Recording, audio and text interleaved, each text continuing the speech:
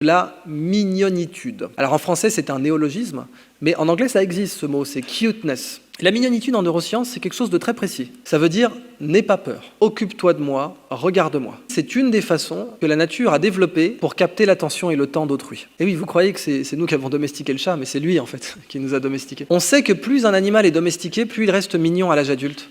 Les chats sauvages ne ronronnent pas à l'âge adulte. Mais les chats domestiqués, si. Parce qu'un animal domestiqué, sa survie dépend de l'attention et du temps humain. Auquel des deux robots vous allez confier vos gosses, là? Et les innovateurs ont très bien compris ça. C'est-à-dire qu'en technologie, on sait que quand on veut qu'une technologie soit adoptée, il faut qu'elle soit mignonne. Parce que quand une technologie est mignonne, on a moins peur. Ça veut dire n'aie pas peur, la mignonitude. Et typiquement, les rois du pétrole là-dedans, c'était Apple. C'est pour ça qu'ils sont à ce point pleins aux as, en fait.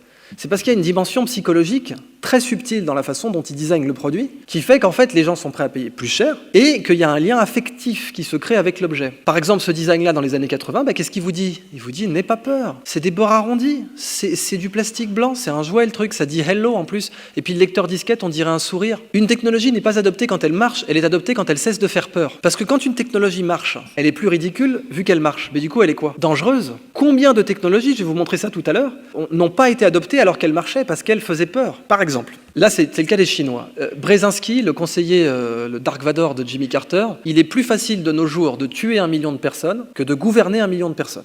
Aujourd'hui, ils essaient de gouverner 1,3 milliard de personnes. C'est dur. En tout cas, ils ont acquis une certaine expérience sur l'art de gouverner 1,3 milliard de personnes. Et du coup, quand ils vous collent une prune qui vous fait une semaine de salaire, ils sont mignons. C'est-à-dire là, vous avez un petit policier tout mignon, un manga et tout, avec des grands yeux, un grand front, qui vous dit « vous venez de perdre 4 points ». Ça marche.